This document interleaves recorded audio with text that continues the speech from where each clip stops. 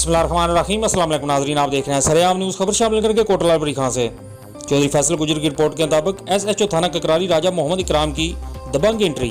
थाना ककराली में बतौर SHO चार्ज संभालते ही मनशियात फरोशों को खिलाफ घेरा तंग कर दिया।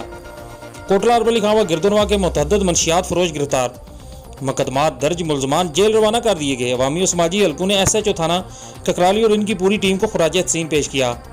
तफसीलात के मुताबिक DPO गुजरात अहमद नवाज शाह की ज़ेर क़यादत DSP खारियां मलक मोहम्मद रफ़ान बर्त की ज़ेर निगरानी SHO थाना ककराली राजा मोहम्मद इकराम, आबिद हुसैन ASI ममा मुलाजमीन कोटला अरबली खां व गिरदोनवा में मुख्तलिफ मकामात पर छापे मारकर मुतअद्दिद मनशियात फरोश गिरफ्तार कर लिए, जिनमें मोहम्मद उस्मान वल्द जुल्करनैन सकना पहाड़े से 1340 ग्राम चरस और 1500 रुपये वटक की रकम, हाजक वल्द शबीर हुसैन को मुस्लिम शेख के कब्जे से 1220 ग्राम चरस बरामद करके मुलजमान के खिलाफ अलग अलग मुकदमात दर्ज करके मुलजमान को जेल भेज दिया।